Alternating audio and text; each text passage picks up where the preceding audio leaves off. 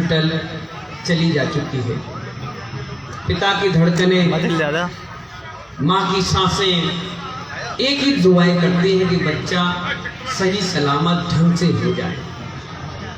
यहाँ ऐसा कोई सिस्टम नहीं है।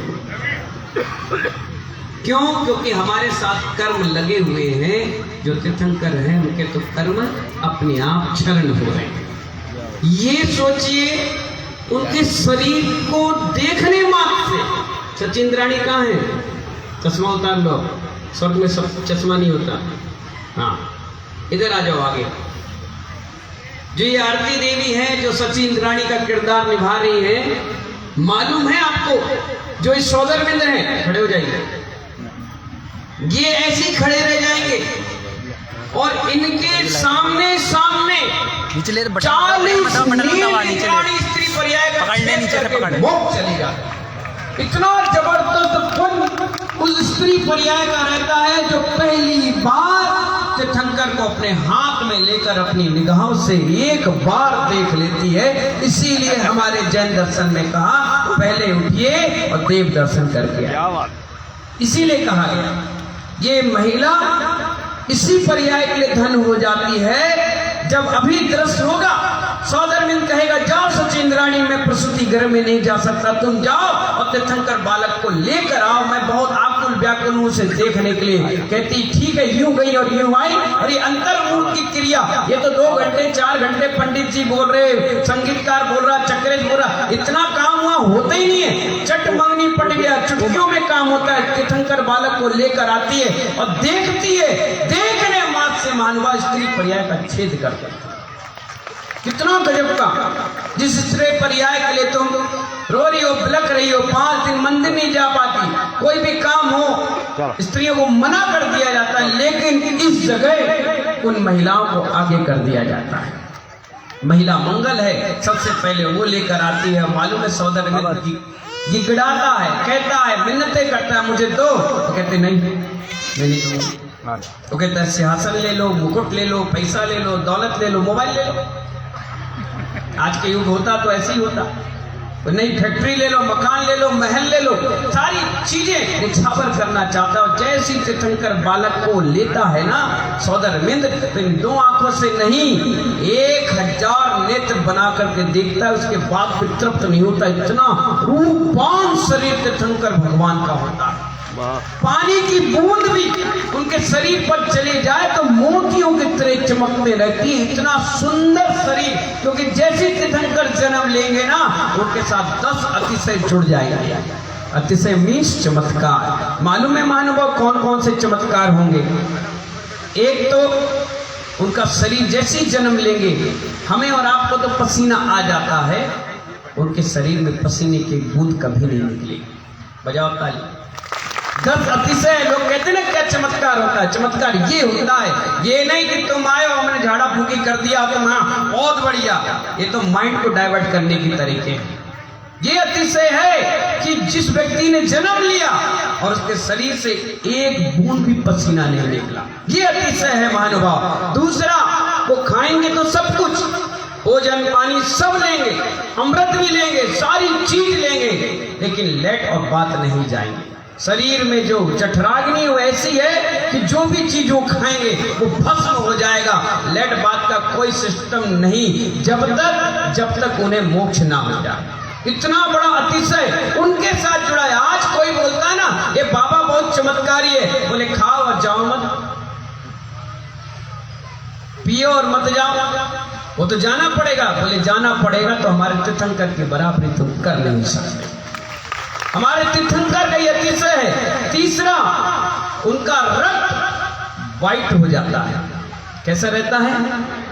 हमारा और आपका लाल कलर का होगा, लेकिन उनका जो ब्लड है वो बिल्कुल व्हाइट। तीर्थंकर का व्हाइट इसलिए है क्योंकि उन प्राणी मात के प्रति प्रेम और करुणा का भाव रहता है, वात्सल भाव रहता है। इसीलिए उनका जो रक्त है वो दूध की तरह सफेद होता है और हम सबका लाल और काला रहता है। तो महानुभाव इतना बड़ा। और दूसरी चौथी बात, कहीं किसी एंगल से देखो, एक पेंटिंग बनाई गई थी किसी व्यक्ति ने मोनालिसा की। क्या बनाई? वो पेंटिंग कहीं से भी देखो तो ऐसी लगती को हमें देख रही है। तो ऐसे ही महानुभाव तीर्थंकर का शरीर होता है, समचतुष्टान होता है। कहीं से भी किसी भी एंगल को नाप लो वो बराबर रहेगा, कहीं से आड़ा तिरछा टेढ़ा मेढ़ा नहीं। जैसे अगर सौदरमिन को देखा जाए तो ये लंबे हैं, इनका पेट निकला हुआ है, कान छोटे हैं, हाथ लंबे हैं, दांत छोटे बड़े हैं। लेकिन तीर्थंकर का ऐसा नहीं, कहीं से भी एंगल प्रकार लेकर के नाप लो, हर एंगल समचतुष्टान होगा। कहीं से उनका संस्थान टेढ़ा मेढ़ा ऊबड़ा खाबड़ा नहीं होगा। रंग भले काला भूरा नीला पीला चल जाएगा, लेकिन शरीर एक जैसा होता है। ये भी एक चमत्कार तीर्थंकर के जन्म के साथ जुड़ जाता है, जिसे अतिशय कहते हैं। और पांचवा, ब्रज वृषभ नाराज सहनन। कौन सा सहनन? ब्रज वृषभ नाराज सहनन। हमारा सहनन दूसरा है और उनका सहनन कीलित सहनन होता है। वो ऐसा सहनन होता है, हमारी हड्डी ऐसी जुड़ी हुई है, मांस मज्जा और नसों से उलझी हुई है, इसीलिए हल्का सा झटका लगता है तो हमारी हड्डी सरक जाती है, टूट जाती है। लेकिन तीर्थंकरों की हड्डी एक के अंदर एक ऐसी फंसी होती है और शरीर उनका मजबूत वज्र का होता है। आग, गोला, पानी, बारूद कुछ भी उसमें असर नहीं करता, सब बेअसर हो जाता है। इतना मजबूत शरीर के धारक जन्म के साथ वो बन जाते हैं। उसके बाद उनके शरीर से कभी बदबू नहीं आती। तुम 2-4 दिन नहाओ मत। मुझे 24 साल हो गए मैंने नहाया। कितने साल? 24 साल, 24 ईयर्स ओल्ड हो चुका मैं। इन्हें लगभग 3 साल हो गया। 3 साल हो गए इन्होंने नहाने का त्याग कर दिया। लेकिन बताओ, पंडित जी बगल में बैठे, बदबू आ रही क्या? खुशबू आ रही? मन नहीं कर रहा हमें छोड़ने का। बताओ भाई सुरेश जी, बदबू आ रही? बताओ ये पाटनी जी, क्या खुशबू लेने के लिए भोपाल से यहाँ आ गए? गौरव भाई मैनपुरी से आ गए। सोचने वाली बात है, जैसे हमारे शरीर से बदबू नहीं आ रही, वो तो तीर्थंकर है, उनके शरीर से बदबू का तो नामो निशान। खुशबू आती थी, लोग खुशबू को सूंघ सूंघ कर उनके चरणों में वंदना करने आ जाते थे। ये अतिशय एक तीर्थंकर के शरीर से जुड़ जाता है। इसके बाद महानुभाव 1008 शुभ लक्षण, जैसे मंदिर, ध्वजा, कलश, स्वस्तिक, ओम, शंख। कई लोग के शरीर में होता है तिल, मस्सा, लहसुनिया। रहे दाहिने अंग, यजमान जंगल में जाए विनय जी, तहां लक्ष्मी संग। ऐसा शुभ लक्षण 1008 श्रीवत्स का चिन्ह छाती में मुख्यतः वो, और 107 शुभ लक्षणों के साथ व्यंजन और सबके साथ उनके शरीर में, पूरे शरीर में शुभ लक्षण। कहीं किसी एंगल में देखो, हर जगह शुभ लक्षण होते थे। कितने? 1008। ये भी एक अतिशय और चमत्कार है। इसके बाद महानुभाव उनके पास अतुल बल था। किसी भी चीज को उठा ले, किसी से भी लड़ जाए, झगड़ जाए, कुछ भी कर ले, उनके पास इतना बल था कि सामने वाला तो सोच ही नहीं सकता था मैं इनसे कैसे लड़ूं। क्यों? क्योंकि 3 तीर्थंकर हमारे सामने कुंतु अरहनाथ हुए, जिन्होंने युद्ध लड़ा भी, लेकिन तलवार आज तक नहीं निकाली, और बिना तलवार निकाले लोग परास्त हो गए। ये अहिंसा के परमाणु है महानुभाव। तुम्हें लड़ना झगड़ना पड़ता है। एक चुनाव हो जाए ना अध्यक्ष का, तो मीटिंगें हो जाती घरों घरों में, गोलियां चल जाएंगे, छठ फूट जाएंगे ये। और तीर्थंकर को देखो, 3 लोग के स्वामी बन गए और एक दिन भी तलवार नहीं निकाली, मुस्कुराते मुस्कुराते आशीर्वाद दिया। ऐसा वैभव, ऐसा पुण्य किसके पास होगा महानुभाव। इसके बाद जब वो बोलते थे तो हित मित्र प्रिय वचन, गालियां नहीं देते थे, अपशब्द नहीं बोलते थे, उनके वचन कर्ण प्रिय लगते थे। सुनने के बाद ऐसा लगता था बस यहीं बैठो, यही सुनो। 2.5 घंटे दिव्य ध्वनि खिल जाती थी और लोगों को पता ही नहीं चलता था कब टाइम निकल गया। जैसे अभी जनगणना मनाते मनाते 12 बज गए, कोई पता नहीं चला। मुझे भी नहीं पता चला। मैंने सोचा कि भाई अब जनगणना खुशियां हैं, ना जाने कभी खुशियां मिले। मातम और दुख भरी जिंदगी तो हमारी पूरी जीवन काल में निकल रही है, कम से कम कुछ क्षण की खुशी मना लो, यही तो हमारे साथ अनुभव जाएगा। तो 10 प्रकार के ऐसे अतिशय के साथ तीर्थंकर ने आज जन्म ले लिया है। अब जब जन्म हुआ है महानुभाव, तो तीर्थंकर का जन्म और हमारे जन्म में बड़ा जमीन आसमान का फर्क है अनुज भाई। तीर्थंकर जब जन्म लेते हैं और हमारे जन्म में हम उल्टे पैदा होते हैं सिर के, और होने के बाद डॉक्टर पैर पकड़ता है ऐसे और 3-4 थप्पड़े लगाता है जब तक बच्चे के अंदर ना चिल्लाए, जब तक ना रोए। डॉक्टर कहता है ये बच्चा कंफर्टेबल नहीं है, इसमें कोई कमी है। और यहाँ तीर्थंकर ऐसे आराम से निकल आते हैं और निकल कर बाहर आराम से जब सची इंद्राणी जाती है तो मुस्कुराते हुए, क्या बात, एक क्षण उनके मुख पे रोने की आभास नहीं होता, मुस्कुराते। सची इंद्राणी देखकर ऐसे खुश हो जाती, ओह ना जाने जीवन का कौन सा मुझे वैभव मिल गया है, इतना बड़ी समृद्धि मिल गई, अब इसे मैं छोड़ूंगी नहीं, इतना आनंद। और उसके बाद मुस्कुराते हुए तीर्थंकर पैदा होते हैं और तुरंत जन्मे बालक को सुमेरु पर्वत पर ले जाकर हजारों लाखों करोड़ों नर नारी एक साथ मिलकर उत्सव मनाते हैं। और सौदरमिंद्र ऐसे बड़े बड़े कलशों से, मालूम है,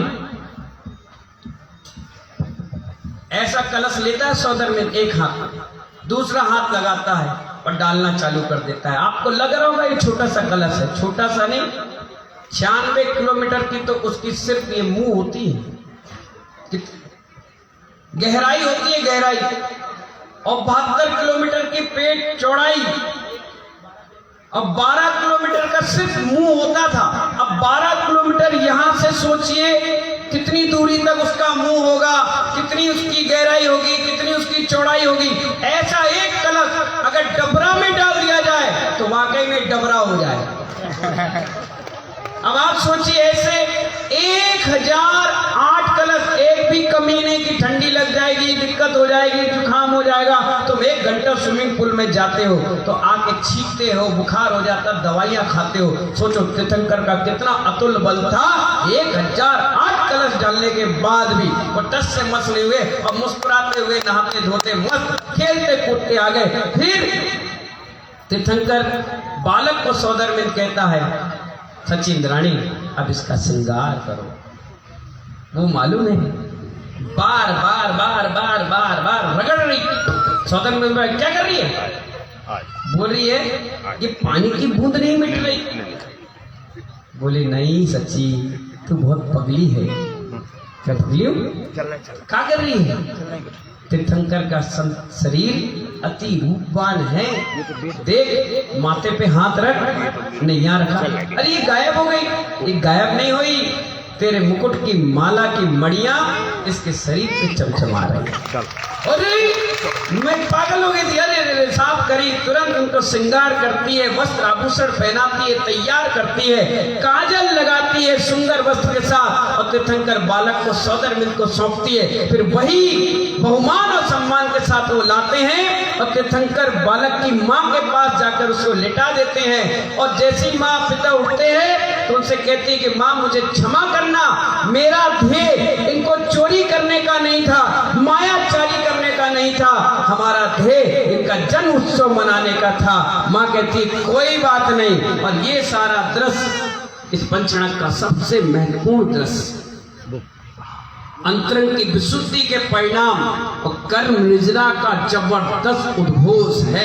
इसलिए महानुभाव आपसे निवेदन, इस जन्म कल्याण के दृश्य को, बड़े मार्मिक दृश्य को, इस हृदय के पटल को खोलकर देखना और आपको जीवन का सबसे बड़ा आनंद आएगा कि चंदा प्रभु भगवान कैसे प्रकट हुए थे। इन्हीं मंगल भावनाओं के साथ यहाँ बैठी एक एक जनता से मेरा कहना है, ये रखे हुए मात्र 16 कलश, कितने 16 कलश आपके भाग्य का पिटारा खोलेंगे। आज इस धरती पर रजत में चंदा प्रभु भगवान का आपको जन्म कल्याण पर अभिषेक करने का